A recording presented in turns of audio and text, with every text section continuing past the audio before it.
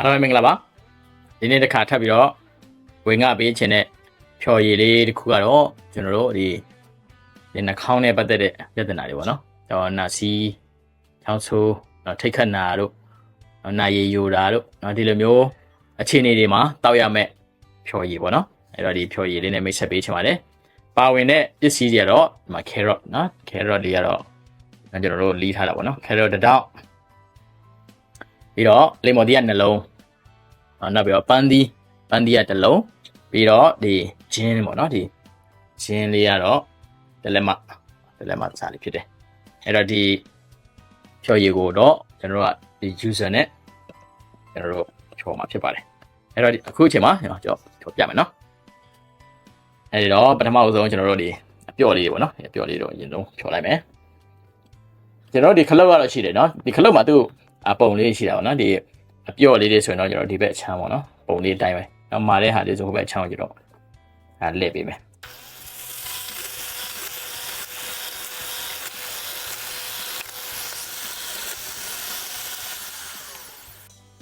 ဟုတ်ပါပြီဆက်လက်ပြီးတော့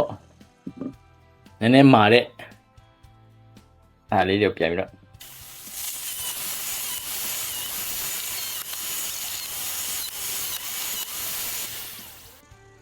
ဒီမှာတော့ကျွန်တော်တို့ဒီဖြော်ရည်လေးရပါပြီ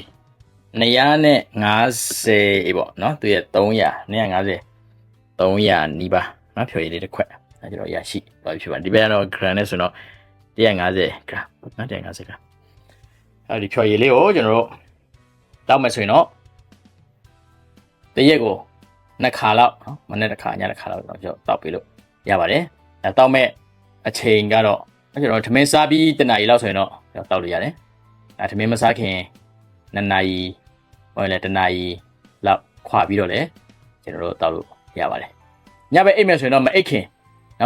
နာရီလောက်မှာဒီဖြော်ရည်လေးကိုကျွန်တော်တောက်မယ်ဆိုရင်တော့ကျွန်တော်တို့ရဲ့ဒီနာစီချောင်းဆိုးထိတ်ခတ်နာဒီလိုပြဿနာတွေအတွက်တကယ်ကို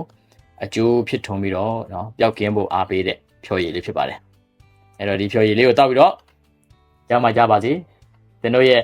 ကျမရဲ့ပြဿနာတွေကိုရိုးလေးနဲ့ဖြေရှင်းပြီးတော့အကျိုးကျေးဇူးတွေရကြပါစေနောက်ဆုံးသတိရစေချင်တာကတော့ဒီဖြော်ရည်လေးကိုကျွန်တော်တို့မတောက်ခင်တိုင်းမှာဘယ်လိုတောက်ရမလဲဆူတောင်းပြီးတော့တောက်ပါဘုရားသခင်ဖန်ဆင်းထားသောဤတဘာဝတရားနဲ့ပြုလုပ်ထားသော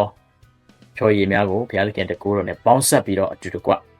ကုသမှုတွေလှုပ်ဆောင်တဲ့အခါမှာတကယ်ကိုထိရောက်မှုနဲ့အတူယောဂတွေပျောက်ကင်းတဲ့ယောဂတွေပျောက်ကင်းပြီးတော့ကျန်းမာရေးပို့ပြီးတော့ကောင်းမွန်လာတဲ့အကျိုးကျေးဇူးတွေရရှိမှာဖြစ်ပါတယ်အားလုံးပါဘုရားသခင်ကြွယ်ဝစွာသောကောင်းမွန်တဲ့တောင်းချပေးပါစေဟုတ်ပါပြီကျွန်တော်တို့ဖြော်ရည်လေးလည်းဖြော်ပြီးသွားပြီဆိုတော့ကျွန်တော်တို့ဒီဖြော်ရည်လေးကိုဒီခွက်တိုင်းအတိုင်းတော့လူနာကိုကျွန်တော်မတိုက်ဘူးကျွန်တော်တို့လူနာတကယ်လို့လူနာကိုတိုက်မယ်ဆိုရင်တော့ကျွန်တော်တို့ဒီလိုမျိုးတခြားခွက်လေးတစ်ခွက်တွေမှာထည့်ပြီးတော့ဒီတော့တိုက်ပေးမယ်ဖြစ်ပါတယ်ဟုတ်ပါပြီနည်းနည်းလေးတော့ပို့တယ်အဲ့တော့ဖြော်ရည်လေးရတော့ဒီလိုလေးတောက်ချင်စရာပဲဒီဘက်ကိုအောင်ထည့်ပေးလိုက်မယ်ဟ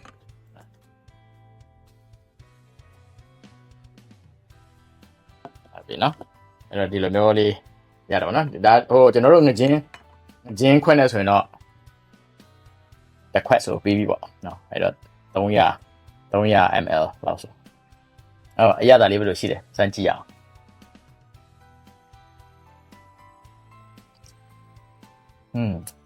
ကောင်းတယ်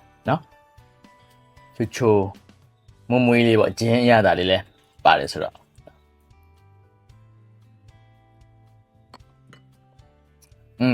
တန်ကောင်းတယ်ပြီးတော့ဒီဖြော်ရည်လေးတွေတောက်ပါသင်ရရင်ရသလိုလုပ်ပြီးတော့တောက်ကြည့်ပါကျွန်တော်ကျန်းမာရေးအတွက်အထောက်အကူဖြစ်ပါတယ်ကျေးဇူးတင်ပါတယ်